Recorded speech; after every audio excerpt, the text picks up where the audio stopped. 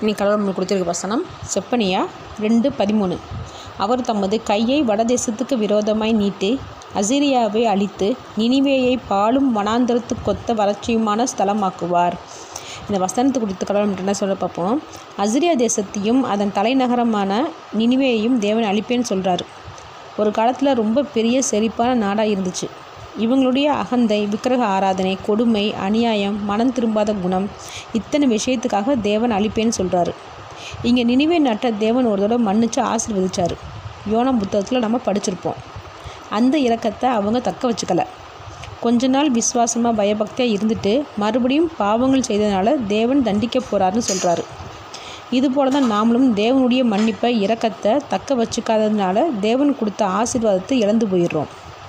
தேவன் மன்னிக்கிறவர் தான், ஆசீர்வதிக்கிறவர் தான். ஆனால் அதை தக்க வச்சுக்கிறதும் வச்சுக்காமல் இருக்கிறதும் நாம் வாழ்கிற வாழ்க்கையில் தான் இருக்குது. ஆமேன்.